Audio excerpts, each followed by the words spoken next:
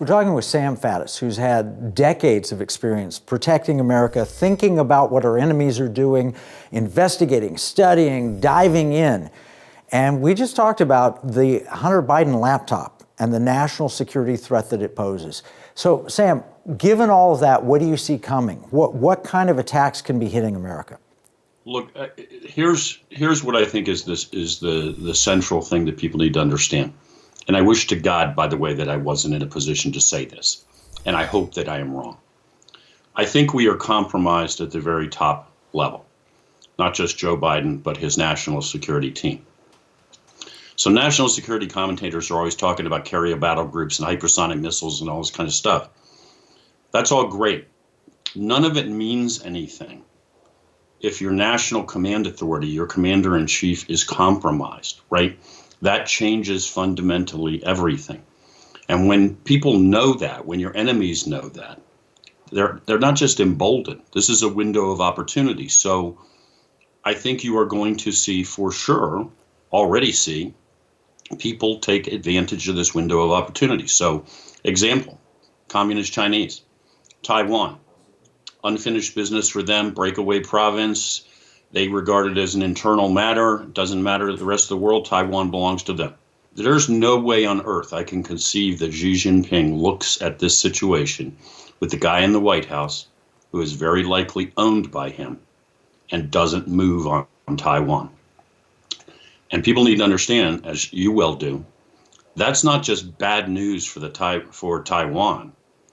That's not just that before we get to World War III, which it could very well ignite. That is economic Armageddon, right? When that supply of chips stops flowing, when all trade stops moving in that part of the world, the whole world economy crashes out of that. And that blockade could go into effect while you and I are talking. I mean, on any given day, they have ships and aircraft already in position. The only thing missing is them saying we're formally blockading Taiwan. That's where we are. And then you got to ask yourself, if you're watching this, how much confidence do you have that Joe Biden is directing the 7th Fleet to go break that blockade? Right? Because I'm not taking that bet. Yeah, no, absolutely. And you think of the Japanese, why did they enter World War II? Part of it was we shut off their access to energy.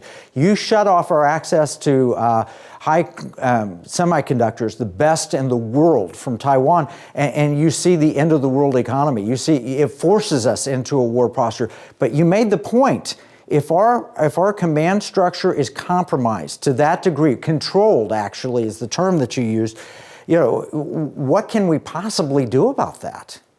Well, I'm glad you used that term controlled, because this is what yet another thing about espionage that the average person doesn't understand. There's no reason they should understand. They have normal lives. They don't wander around this arcane world. Spies don't really blackmail people typically, and they don't sort of hope that they'll give you something and then you'll kind of lean in their direction. That's what diplomats do, right? We give you something and hope you support us. Spies crawl into people's heads, figure out what buttons to push, and then push those buttons, and they transform you into a controlled asset. That is the term used in the trade. And if you don't control your asset, he's not considered recruited. So they're not asking you, pretty please, could you think about doing something for us? They own you. Now, how that happens is different for every person, but that is a real thing. Sounds bizarre, happens all the time, and heads of state and key politicians all over the world get recruited all of the time and turned into controlled assets. So that's what I'm talking about with Biden. I've used that term repeatedly. I'll keep using it. Very real danger. Joe Biden is controlled by Beijing.